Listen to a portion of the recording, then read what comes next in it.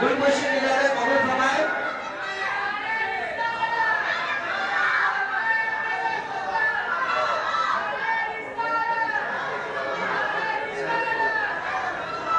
صاحب قبلہ کو صاحب قبلہ کے ہاتھوں سے جو گلبرگہ جائے ہمارے صاحب کو گلبشی کی ادارے قبول کرے.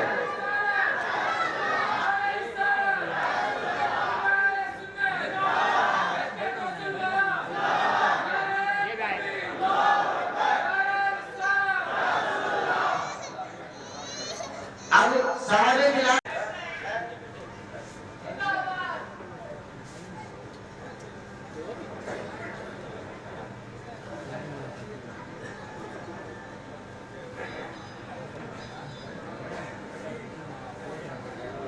تعریف نہیں کر سکوں گا اور وقت کی قلت سے تعریف بھی نہیں کروں گا، لیکن صرف اتنا ضرور کہوں گا کہ حضرت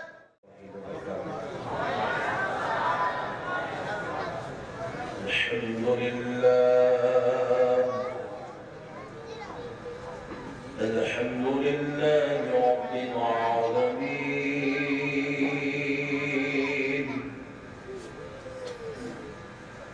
والصلاة والسلام على سيد الأنبياء والمرسلين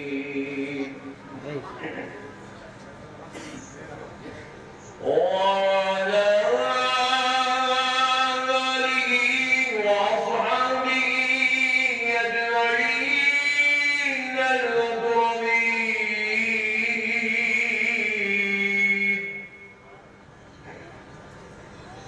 أشهد أن لا إله إلا الله وحده لا شريك له وأشهد أن سيدنا ونبينا ومولانا محمدا عبده ورسوله.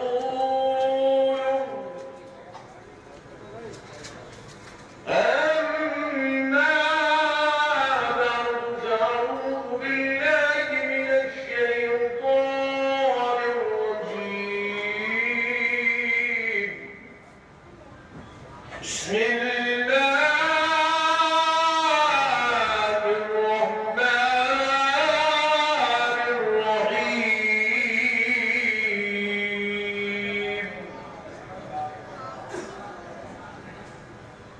ألا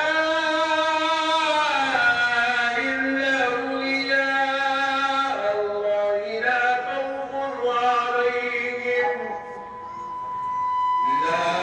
خوف عليهم ولا هم يحزنون. ضرورت کے لیے تشریف لے حضور ضرورت خانے سے باہر نکلے. حضرت عائشہ ضرورت خانہ اندر تشریف لے گئی. کیوں؟ تاکہ حضور کی اجابت کو صاف کر دوں. کیا کروں حضور کی اجابت کو؟ کیونکہ وہ زمانہ کوئی فلش کا یا ڈرینیج کا زمانہ نہیں تھا. وہ زمانہ کیا تھا کہ ایک برتن میں اجابت کی جاتی، بعد میں اسے اٹھا کر لے جا کر پھینک دیا جاتا. تو حضرت عائشہ نے چاہا کہ حضور کی اجابت کو صاف کرنے کا شرط اپنے مقدر میں لکھوا لوں تاکہ مجھے اس خدمت کی سعادت مندی نصیب ہو جائے کہ میں نے حضور کی اجابت کو صاف کیا. حضرت عائشہ نے جب پہلے دن دیکھا کہ حضور کی اجابت صاف کروں، حضور اجابت خانہ تشریف لے کے واپس آئے. دیکھتی ہے کہ حضور نے اجابت نہیں فرمائی کیونکہ وہاں اجابت نظر ہی نہیں آئی. تو سوچا کہ حضور نے اجابت نہیں کیا. پھر حضور دوسرے دن اجابت خانہ تشریف لے گئے. پھر ضرورت خانے سے واپس آئے تو حضرت عائشہ نے پھر اجابت خانہ تشریف لے گئی یہ دیکھنے کے لیے، یہ سعادت پانے کے لیے کہ میں حضور کی اجابت کو صاف کر دوں. دیکھتی ہے کہ حضور کی اجابت خانے میں دوسرے دن بھی اجابت نہیں ہے. بڑی پریشان ہو گئی، واپس آئی. پھر تیسرے دن تشریف لے گئی تاکہ حضور کی اجابت کو صاف کر دوں. دیکھتی ہے کہ تیسرے دن بھی اجابت نہیں ہے. حضور نبی پاک علیہ السلام نے مسکرایا اور مسکرا کر کہتے ہیں عائشہ میں 3 دن سے دیکھ رہا ہوں کہ میں اجابت خانے سے واپس آتا ہوں اور تم ضرورت خانے میں تشریف لے جاتی ہو. کیا کیوں جاتی ہو؟ کہا یا رسول اللہ میں آپ کی اجابت کو صاف کرنے ہوں. تو نبی پاک علیہ السلام نے جیسے یہ جملہ سنا تو پوچھا عائشہ کیا تم مجھے اوروں کی طرح سمجھتی ہو؟ کیا بات ہے. کیا تم مجھے اوروں کی طرح سمجھتی ہو؟ کہا یا رسول اللہ خدا کی قسم میں نے آپ کو کبھی اوروں کی طرح نہیں سمجھا ہے. آپ سید الانبیاء ہے, آپ حبیب خدا ہے, آپ نور خدا ہے. یا رسول اللہ آپ امام الانبیاء ہے, میرے آقا میں نے آپ کو کبھی اوروں کی طرح نہیں سمجھا. لیکن یا رسول اللہ عائشہ چاہتی تھی کہ عائشہ کے مقدر میں یہ شرف لکھا جائے کہ عائشہ نے اپنے نبی کی اجابت کو صاف کرنے کا شرف پا لیا ہے. یا رسول اللہ میں اس غرض سے اجابت کھانا چاہتی تھی تاکہ آپ کی خدمت کا شرف مل جائے. حضور نے کہا عائشہ سنو, جب میں اجابت کرتا ہوں تو اوروں کی طرح رب میری اجازت کسی پر ظاہر نہیں کرتا, بلکہ میں جب اجابت کرتا ہوں زمین پھٹ جاتی ہے اور میری اجابت کو زمین کا نوالا بنا دیا جاتا ہے. سبحان اللہ. عائشہ آج تک کسی نے بھی میری ضرورت کو نہیں دیکھا ہے. اللہ اللہ, میری ماں نے بھی نہیں دیکھا, دائی حلیمہ نے بھی نہیں دیکھا, خدیجۃ الکبریٰ نے بھی نہیں دیکھا ہے, اور عائشہ صبح قیامت تک کوئی دیکھے گا بھی نہیں. پیارے دوستو, نبی کی اجابت کو بھی رب نے معجزہ بنا دیا. بے شک. آپ ذرا غور کریں, جو نبی کی ہر ادا معجزہ, ہر حرکت معجزہ, نبی کی ہر ادا معجزہ, اب اسی خاندان نبوت میں انہی کی آل پاک میں انہی کی بیٹی سیدہ فاطمہ الزہرا کے چمن میں بغداد کی دھرتی پر ایک پھول کھلا, علی کا دلارا بن کر, حسنین کی آنکھوں کا تارا بن کر سرکار غوث پاک تشریف لائے. تو غوث پاک سے پہلے اور بعد میں اولیاء اللہ جو آئے, ہر ولی کو اللہ نے ایک کرامت دی ہے, کسی کو 2 کرامت دی ہے, کسی کو 10 کرامت دی ہے, کسی کو 50 کرامت دی ہے, کسی کو 100 کرامت دی ہے. مگر غوث پاک آئے تو اللہ نے غوث اعظم کو 80 یا 100 کرامت نہیں دیا ہے, 40 یا 50 کرامت نہیں دیا, بلکہ غوث اعظم کی ہر ادا کو کرامت بنا دیا گیا. نعرہ تکبیر, نعرہ تکبیر, جشن غوث الورا, شان غوث اعظم, شان غوث اعظم, نعرہ تکبیر. غوث اعظم کی ہر ادا کو کرامت بنا دیا گیا ہے. غوث پاک مرغی کھاتے ہیں, خادموں سے پھکوا بھی دیتے ہیں, آ کر خاتون اعتراض کرتی ہے, پھر سے ہڈیاں منگواتے ہیں, سامنے رکھ کر ہاتھ رکھ کر اللہ کی عبادت, اللہ کے محبوبیت کے 2 الفاظ ادا کرتے ہیں تو پھر سے مرغا زندہ ہو جاتا ہے, پھر سے مرغا زندہ ہو جاتا ہے. ٹھوکر لگا دے تو قبرستان سے مردے اٹھ کر بیٹھ جاتے ہیں, نماز پڑھا دے تو زندہ مردہ ہو جاتا ہے, ہاتھ پڑھا دے تو مردہ پھر سے زندہ ہو جاتا ہے. یہ ہے غوث پاک سرکار, یہ ہے غوث الورا سرکار. اللہ اکبر. غوث پاک کی ہر ادا کو اللہ نے کرامت بنا دیا. کیا بنا دیا؟ غوث پاک کی ہر ادا کو اللہ نے کرامت بنا دیا. قربان جائیں غوث پاک کے. اللہ رب العزت نے غوث پاک کو بلند و بالا عظمت والا مقام ولایت کی سرداری عطا فرمائی ہے. بے شک. اور آج کل کیا ہو گیا, بعض لوگ اپنے پیروں کی محبت میں اتنے مبتلا ہو گئے, اتنے مبتلا ہو گئے, اتنے مبتلا ہو گئے, اپنے پیر کچھ غوث بنانے کی چکر میں لگے ہوئے. سمجھے تو گڈ, نہیں سمجھے تو ویری گڈ.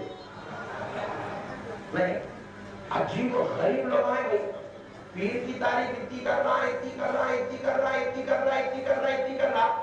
سننے والا کہتا غوث اعظم بڑھے ان کے پیر بڑھے. بات سمجھ میں آ گئی.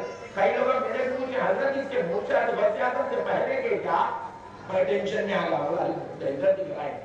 تو پیارے بزرگ اور دوستو یاد رکھیے گا, اگر اپنے پیر کو دن میں 10 مرتبہ یاد کرتے نا تو پیرانے پیر کو 14 مرتبہ یاد کرنا, کیونکہ میرے غوث پاک کے بغیر پیر بننا تو دور کی بات ہے, میرے غوث پاک کے بغیر کوئی ولی بھی نہیں بن سکتا ہے, میرے غوث کے بغیر کوئی غوث بھی نہیں بن سکتا ہے, غوث پاک کے بغیر کوئی خطب بھی نہیں بن سکتا ہے.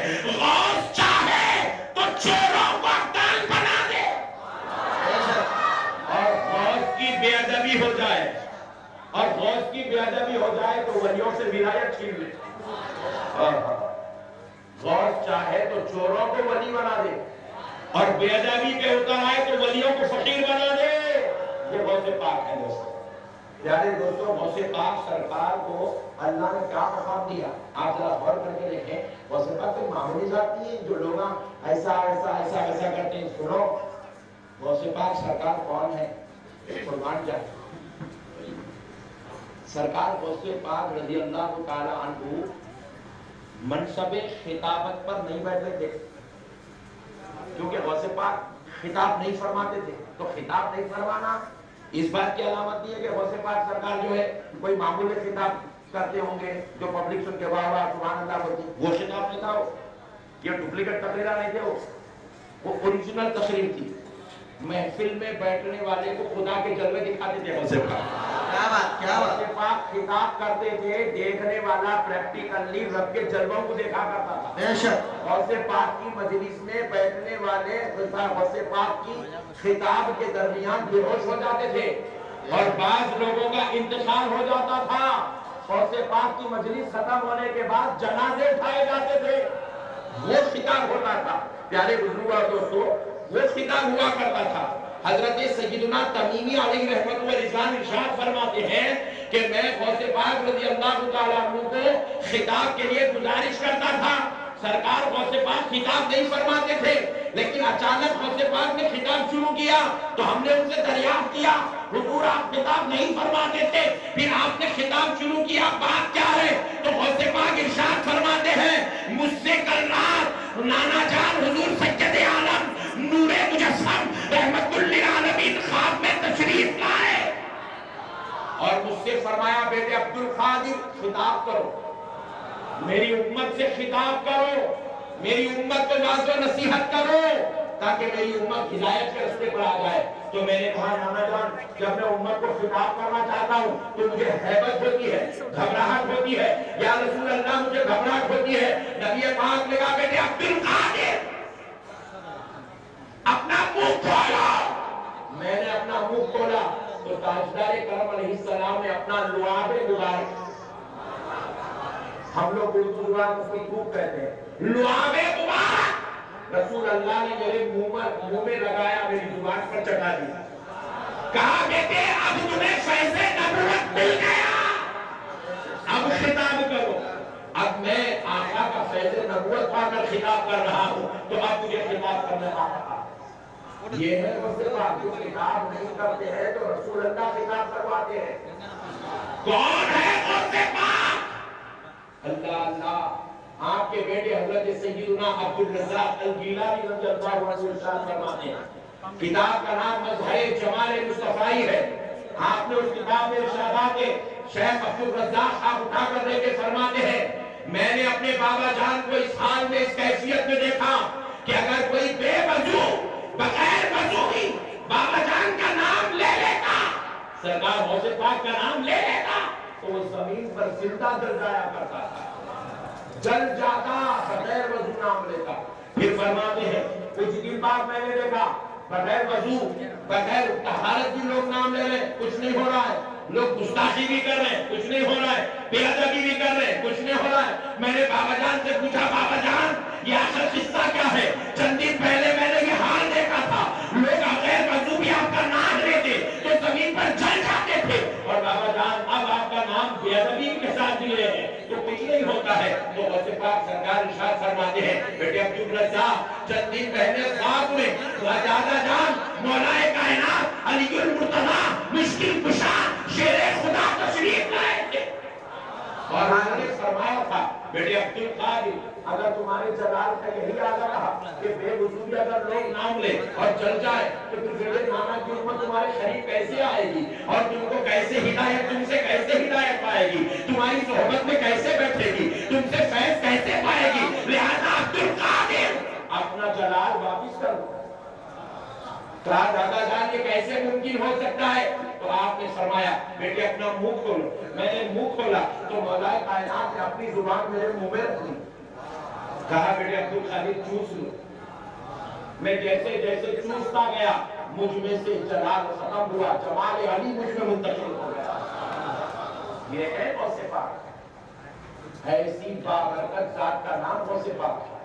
پیارے بزرگ اور دوستو، حضرت سیدنا معروف کرسی رضی اللہ تعالیٰ عنہ بغداد شریف میں آرام کر رہے، جن کی مزار پر سرکار غوث پاک نے کئی مرتبہ چلے ادا کیے، چلے حضرت معروف کرسی کی مزار پر۔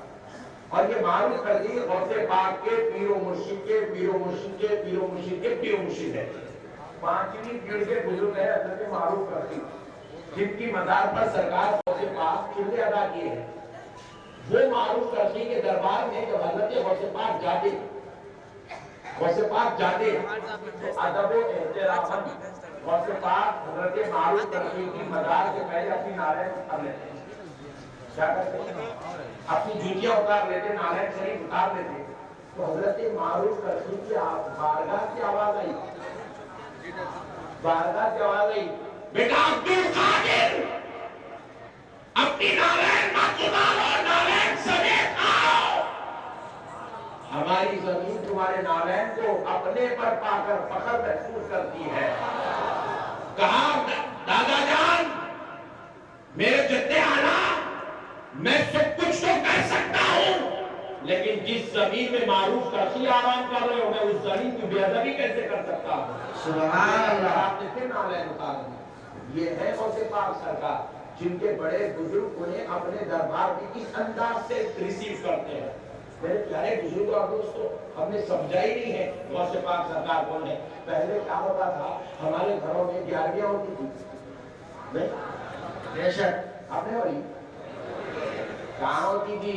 خربوزے کو دیکھ کے تربوزہ بھی پیلا پڑ گیا، آپ کو یہاں پہ خربوزے کو دیکھ کے خربوزہ بھی پیلا پڑ گیا، یہ حالت ہے ہماری۔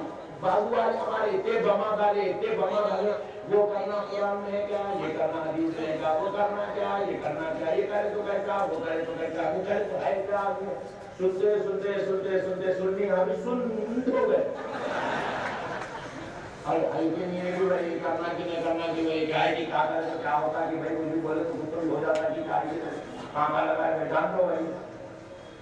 تو اب یہ دعوتاں 11ویں شریف کے میراث شریف کے ختم ہو گئے، سنی ہو گئے، اب ان سے شروع ہوئے چھٹی، بچہ پیدا ہوا 21 دن کو چھٹی، 40 دن کو چھلا، 1 سال بعد برتھ ڈے، بیگم آئی، اینیورسری، ہاں نہیں یہ دعوت میں شروع ہوئے۔ 11ویں شریف بند، غریب نواز کی فاتحہ بند، رسول اللہ کی فاتحہ بند۔ پہلے کے ہمارے نانی ماں دادی ماں لوگ بڑے پکے لوگ تھے،